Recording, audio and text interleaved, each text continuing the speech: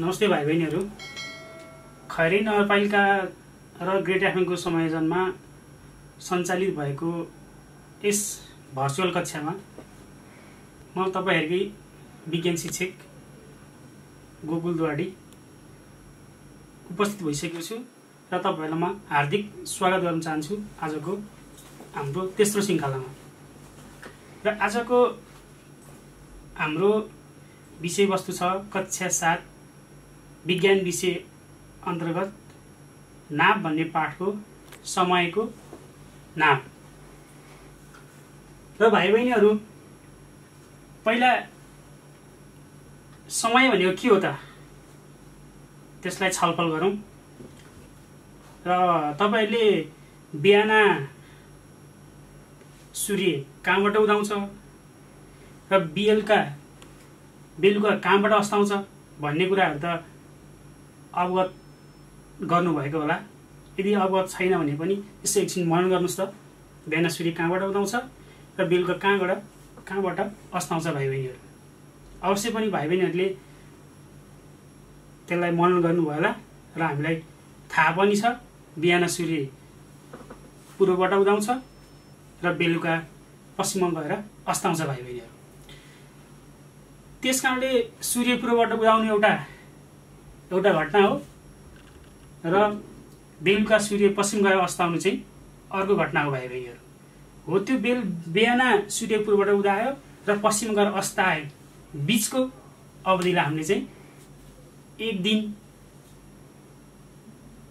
अथवा 24 घण्टाको समय भनेर चाहिँ के भन्छ हामीले तोकिन्छ भाइ बहिनीहरू। हो त्यसकारणले समय भनेको दुई घटना बीचको अवधिलाई चाहिँ हामीले समय भन्छ भाइ बहिनीहरू। जस्तो तपाईहरु बिहान स्कुल आउनुहुन्छ, बेलुका स्कुल काम सिद्ध्याएर घर जानुहुन्छ। हो स्कुल आउने समय एउटा घटना हो र विद्यालयबाट घर जाने समय अर्को घटना हो भन्छ। त्यो बीचको अवधि के हो त तपाईहरुको स्कुलको समय हो। त्यसकारणले समय भनेको चाहिँ भाइ बहिनीहरू दुई घटना बीचको अवधिलाई चाहिँ हामीले समय भन्छ भाइ बहिनीहरू। र समयलाई कुन एकाइमा मापन गरिन्छ भन्ने भाइ बहिनीहरूलाई अवगतै हुन सक्छ। समयलाई चाहिँ हामीले सेकेन्डमा मापन गरिन्छ अथवा समयको एसआई एकाइ चाहिँ सेकेन्ड हो भाइ बहिनीहरू। र सेकेन्ड भन्दा ठूला एकाइहरूले पनि समयलाई हामीले मापन गर्न सकिन्छ। जस्तै सेकेन्ड, मिनेट, घण्टा, दिन, वर्ष जस्ता एकाइहरूले पनि हामीले समयलाई मापन गर्न सकिन्छ। ती एकाइहरू जस्तो एकाइहरूको सम्बन्ध कस्तो हुन्छ त भन्दा 60 सेकेन्ड 1 मिनेट, 60 मिनेट 1 घण्टा र 24 घण्टा 1 दिन र 365 दिन चाहिँ 1 वर्ष हुन्छ भाइ बहिनीहरू। तपाईलाई फेरि ध्यान दिएर सुन्नु होला। 60 सेकेन्ड बराबर 1 मिनेट हुन्छ र 60 मिनेट बराबर 1 घण्टा हुन्छ भाइ बहिनीहरू र 24 घण्टा बराबर 1 दिन हुन्छ भाइ बहिनीहरू र 365 दिन बराबर चाहिँ 1 वर्ष हुन्छ भाइ बहिनीहरू। यसरी हामीले समयलाई चाहिँ विभिन्न एकाइको प्रयोग गरेर चाहिँ मापन गर्ने गरिन्छ भाइ बहिनीहरू। त्यस्तै समय मापन गर्ने उपकरण के हो त? ती अहिले मैले भनेका त समयका एकाइहरू भए र समयलाई हामीले कुन उपकरणद्वारा अथवा कुन यन्त्रद्वारा मापन गरिन्छ त भाइ बहिनीहरू? अवश्य पनि भाइ बहिनीहरूलाई अवगत भएकै कुरा हो। समयलाई हामीले घडीको प्रयोगद्वारा मापन गरिन्छ। जस्तै विभिन्न खालका घडीहरू बजारमा उपलब्ध हुन्छन् र त्यही घडीको प्रयोग गरेर के भन्छ हामीले समयलाई मापन गर्न सकिन्छ। जस्तै pendulum clock, digital clock, quartz clock जस्ता घडीहरूको प्रयोग गरेर चाहिँ हामीले समयलाई मापन गर्न सकिन्छ भाइ बहिनीहरू। यसरी नै आजको अर्को विषयवस्तु लागौँ। अर्को विषयवस्तु छ भाइ बहिनीहरू क्षेत्रफल। क्षेत्रफल के हो त भन्ने कुरातिर हामी आज अर्को विषय छलफल लागौँ भाइ बहिनीहरू। जस्तै तपाईहरुसँग आफ्नो साइन्स किताब छ र त्यो साइन्स किताबलाई यसो हेर्नुस् त्यो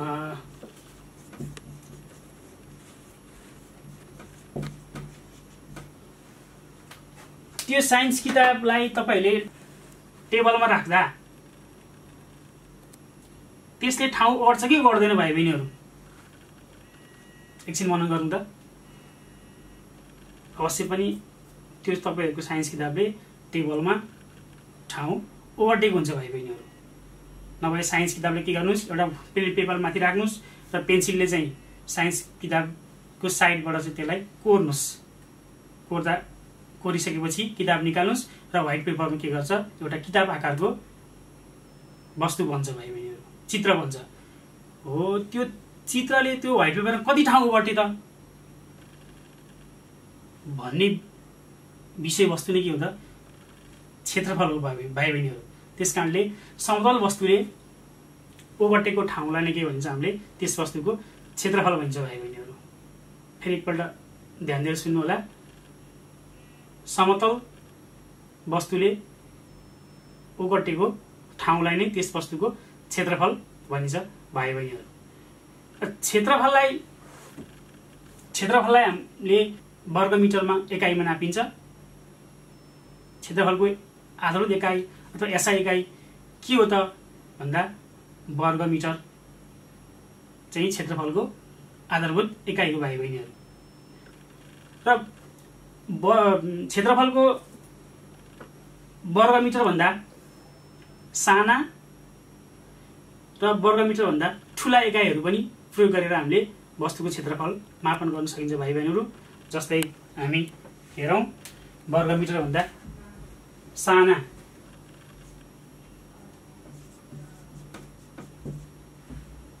एकाइ र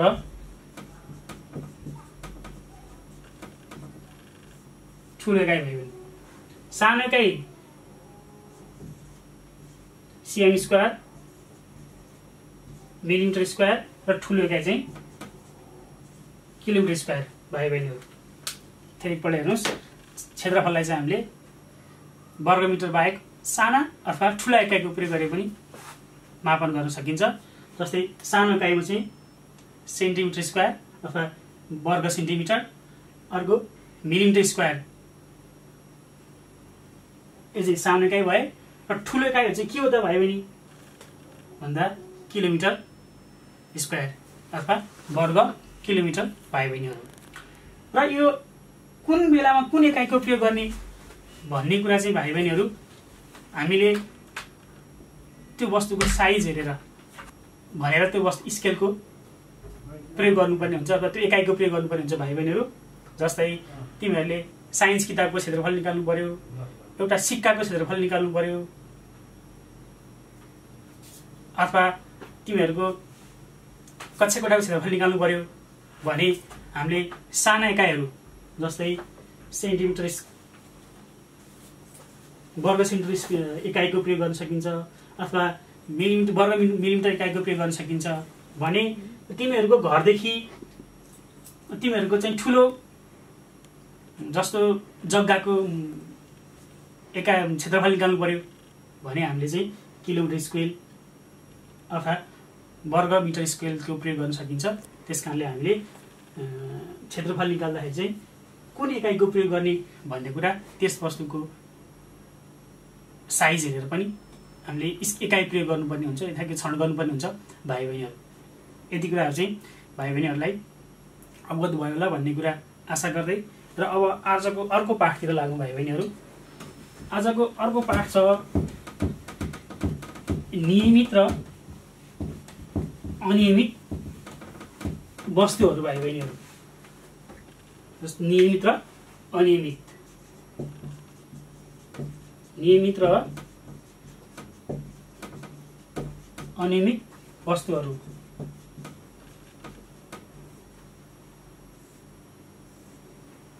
यसलाई हामी के भन्न सकिन्छ, रेगुलर एन्ड इरेगुलर अब्जेक्ट्स भाइ बहिनीहरू। अब नियमित र अनियमित वस्तु छलफल गर्नु पहिला हामीले के गर्न सकिन्छ भने भाइ बहिनीहरू, तपाईहरु जहाँ बसिरहनु भएको छ अथवा तपाईहरु घर अथवा विद्यालयमा होस् अथवा बाहिर खेल्ने ठाउँमा होस् तपाईले विभिन्न प्रकारका वस्तुहरू देख्न सकिन्छ भाइ बहिनीहरू। ती वस्तुहरूको आकार कस्ता छन्, ती वस्तुहरू कस्ता खालका हुन्, निश्चित आकार छ कि छैन भन्ने कुराहरू हामीले मनन गर्न सकिन्छ भाइ बहिनीहरू। जस्तै मैले त भाइ बहिनीहरूलाई एक दुईटा कुराहरू भन्छु जसले रेडियो सुन्नु भएको सुन्नु होला र युट्युब च्यानल हेर्न बस्ने विद्यार्थी भाइ बहिनीहरूले चाहिँ त्यसलाई मनन गर्नु होला। जस्तै मसँग एउटा ढुङ्गा छ भाइ बहिनीहरू र त्यस्तै अर्को मसँग सलाइको बट्टा म्याचस्टिक बक्स छ र त्यस्तै अर्को मसँग मार्कर पनि छ भाइ बहिनी सँगसँगै र त्यस्तै अर्को भाइ मसँग जियोमेट्री बक्स पनि छ भाइ बहिनीहरू र सँगसँगै मैले एउटा यहाँ बिरुवाको पात पनि सँगै लिएर आएको छु भाइ बहिनीलाई हेर्न सक्नुहुन्छ। हो अब हामीले यो दुईटा विषयवस्तु यो दुईटा वस्तुलाई हेरौँ है त भाइ बहिनीहरू। अथवा जस्तो यो पिपलको पात अथवा बिरुवाको पात छ मसँग र अर्को सलाइको बट्टा छ भाइ बहिनी। यो सलाइको बट्टाकोमा र यसमा के फरक पाइन्छ होला भाइ बहिनीहरू, के फरक छ होला एकछिन मनन गरौँ है त। फरक अवश्य पनि दुईटा वस्तुबीच फरक छ। जस्तो तपाईहरुले सलाइको बट्टाको निश्चित लम्बाई, निश्चित चौडाई, निश्चित उचाइ देख्न सक्नुहुन्छ। तर के छ त यो बिरुवाको पातको निश्चित लम्बाई, निश्चित चौडाई, निश्चित उचाइ हुँदैन भाइ बहिनीहरू। त्यसकारणले हामीले यो विषयवस्तुको आधारमा यो वस्तुहरू के हुन् त भनेर छुट्याउन सकिन्छ भाइ बहिनी। त्यसकारणले सलाइको बट्टा चाहिँ एउटा निश्चित आकार भएको नियमित वस्तु हुन् भने पिपल पात अथवा यो बिरुवाको पात चाहिँ के हो त अनिश्चित आकार भएको अथवा अनियमित वस्तु हुन् भाइ बहिनीहरू। त्यसकारणले अब हामीले यसलाई के कसरी छुट्याउन सकिन्छ भन्दाखेरि जुन वस्तुको निश्चित आकार छ, निश्चित आकार भन्नाले लम्बाई, चौडाई, उचाइ हुन्छ, त्यस्तो वस्तुलाई चाहिँ हामीले नियमित वस्तु भनिन्छ। भने जुन वस्तुको चाहिँ निश्चित आकार हुँदैन, लम्बाई, चौडाई, उचाइ हुँदैन, त्यस्तो वस्तुलाई चाहिँ हामीले अनियमित वस्तु भनिन्छ भाइ बहिनीहरू। त्यसकारणले यही आधारमा हामीले कुन वस्तु नियमित हो, कुन वस्तु अनियमित हो भनेर छुट्याउन सकिन्छ भाइ बहिनीहरू। त्यसकारणले नियमित वस्तु भनेको के हो त भन्दा ज्यामितीय आकार भएका वस्तुलाई चाहिँ हामीले नियमित वस्तु भनिन्छ भाइ बहिनीहरू। फेरि सुन्नु होला, ज्यामितीय आकार भएका वस्तुहरूलाई नियमित वस्तु भनिन्छ। ज्यामितीय आकार भएको भनेको भन्दा मतलब कुन कसैको चाहिँ आयतकार हुन सक्छ, रेक्टेङ्गुलर हुन सक्छ, कुनै वस्तुहरू वृत्ताकार हुन सक्छन्, गोलाकार हुन सक्छन्, कुनै वस्तु चाहिँ बेलनाकार हुन सक्छन्, कुनै वस्तु त्रिभुजाकार हुन सक्छन्।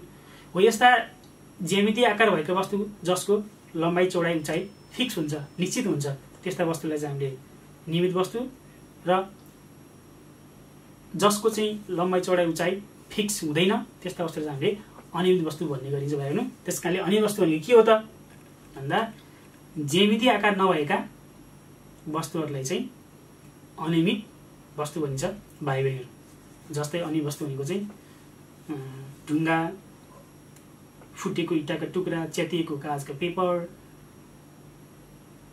अनि बिरुवाको पात, त्यस्ता वस्तुहरू चाहिँ प्रायः के छ अनियमित वस्तु हुन् जसको चाहिँ फिक्स अथवा निश्चित लम्बाई, चौडाई र उचाइ हुँदैन भाइ बहिनीहरू। अब अर्को विषय छलफल गरौँ। अर्को विषयवस्तु छ नियमित वस्तुको क्षेत्रफल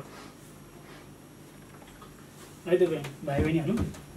नियमित वस्तुको क्षेत्रफल आखिर वस्तु सबै वस्तुको क्लियर छ, ठाउँमा बढ्छ, सबै वस्तुले आफ्नो ठाउँमा बढ्छ। त्यसकारणले के हुन्छ सबै वस्तुको ठाउँ बढ्ने भएपछि क्षेत्रफल हुन्छ भाइ बहिनीहरू। त्यसकारणले ती वस्तुहरूको क्षेत्रफल मापन गर्न सकिन्छ, हामी ती वस्तुको क्षेत्रफल निकाल्न सकिन्छ। त्यसकारणले अब नियमित वस्तुको क्षेत्रफल कसरी निकालिन्छ त भन्ने कुरा छलफल गरौँ त भाइ बहिनीहरू। नियमित वस्तुको क्षेत्रफल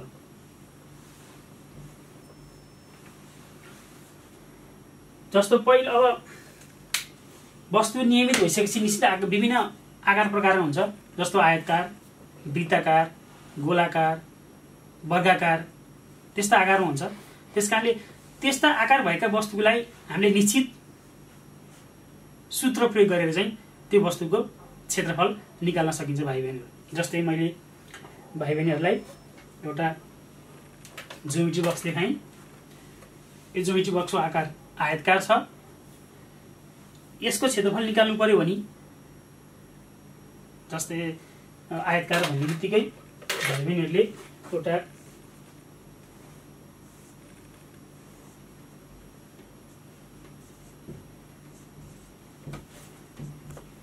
यो आयत यस्तो छ, यो ज्योमेट्री बक्सको आकार चाहिँ आयतकार छ।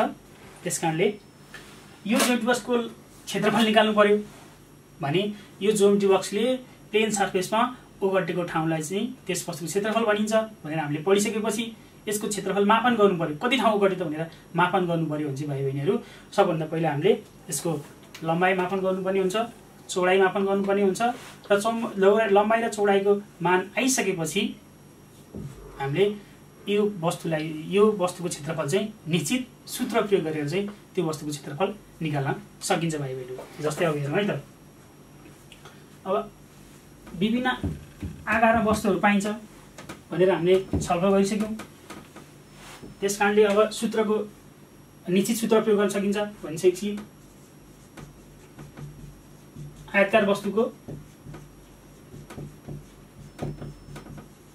क्षेत्रफल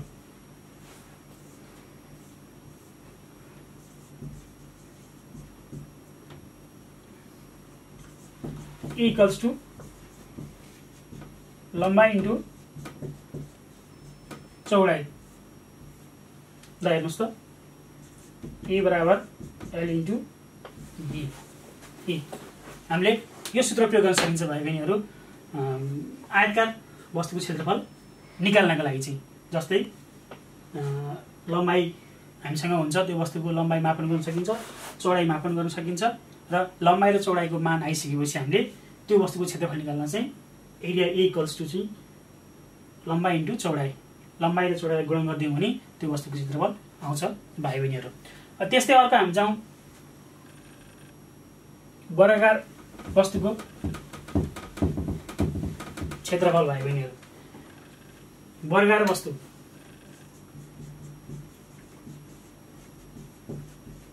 वस्तुको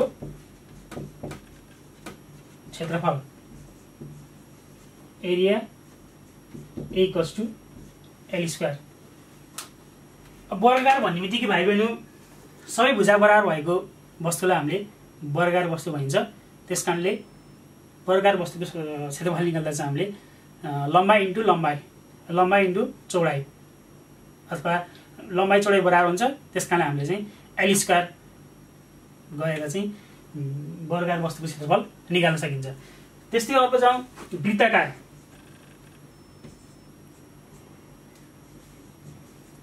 वृत्ताकार वस्तुको क्षेत्रफल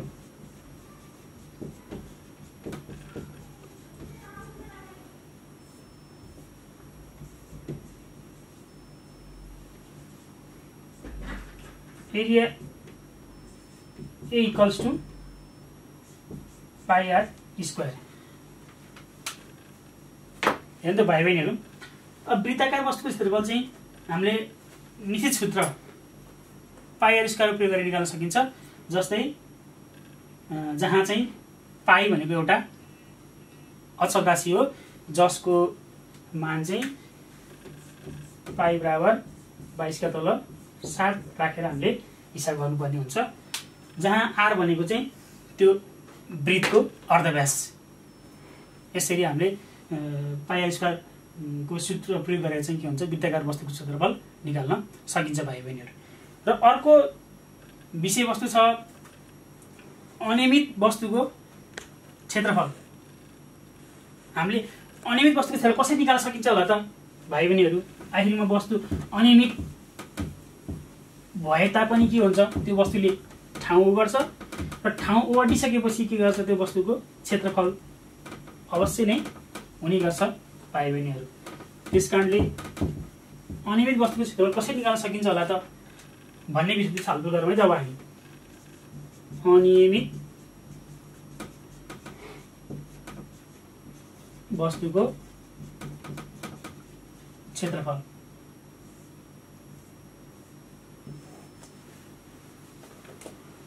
जस्तो मैले अहिले देखाइसकेको छु, मसँग एउटा ढुङ्गा छ। यो वस्तुले मैले प्लेन समतल सतहमा यो वस्तुलाई राखेँ भने यो वस्तुले के गर्छ, ठाउँ ओगट्छ।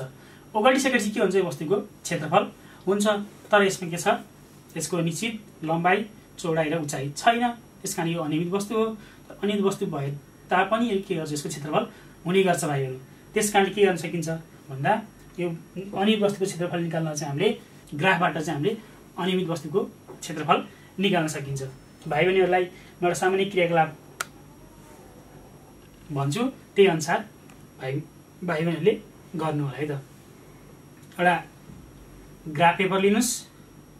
ग्राफ पेपरमाथि अनियमित वस्तु ढुङ्गा, अहिले मैले बिरुवाको पात देखाएको थिएँ, च्यातिएको कागजको पेपर र फुटेको सिसाका टुक्राहरू, फुटेको इँटाका टुक्राहरू, जुनसुकै वस्तु लगेर त्यहाँ राख्नुहोस् र बाहिरपट्टिबाट के गर्नुहोस्, यसलाई पेन्सिलले कोर्नुहोस् र कोरिसकेपछि यसलाई निकालिदिनुहोस्। निकालेपछि के हुन्छ, तपाईँको ग्राफ पेपरमा चाहिँ ढुङ्गाको आकारको एउटा चित्र बन्छ। र चित्र बनिसकेपछि के गर्नुहोस् त भाइ बहिनीहरू भन्दा त्यो ग्राफ पेपरमा भएको पुरा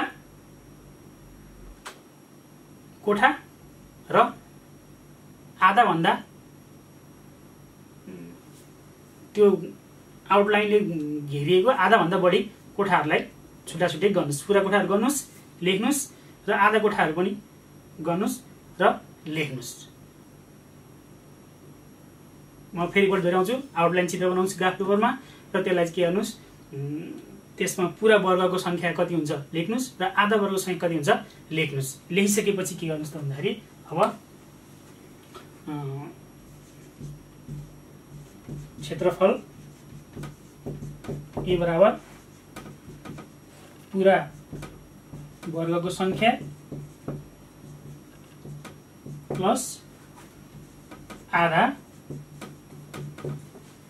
वर्गको सङ्ख्या भयो होइन। जस्तै यसलाई हामीले ल मानौँ पुरा वर्ग चाहिँ कति थियो, 10 वटा थियो, प्लस आधा भनेपछि 1/2 कति थियो हामीसँग 12 वटा। मैले यसलाई चाहिँ काल्पनिकमा मानिरहेको छु है भाइ बहिनीहरू। 10 हो, यसलाई गर्दा के भयो 6 भयो, प्लस 6 बराबर 16 cm²। यसरी चाहिँ गर्न सकिन्छ, हामीले अनियमित वस्तुको क्षेत्रफल निकाल्न सकिन्छ भाइ बहिनीहरू। र आज हामीले चाहिँ समयको मापन र समयका एकाइहरू र क्षेत्रफल, नियमित अनियमित वस्तु र नियमित र अनियमित वस्तुको क्षेत्रफल निकाल्ने कसरी निकालिन्छ भन्ने विषयमा छलफल गऱ्यौँ। र हामी अर्को सेसनमा फेरि भेट्ने बाचा गर्दै आजको यो सेसनबाट चाहिँ अथवा आजको यस श्रृङ्खलाबाट चाहिँ म बिदा हुन्छु। हस्त, नमस्ते भाइ बहिनीहरू।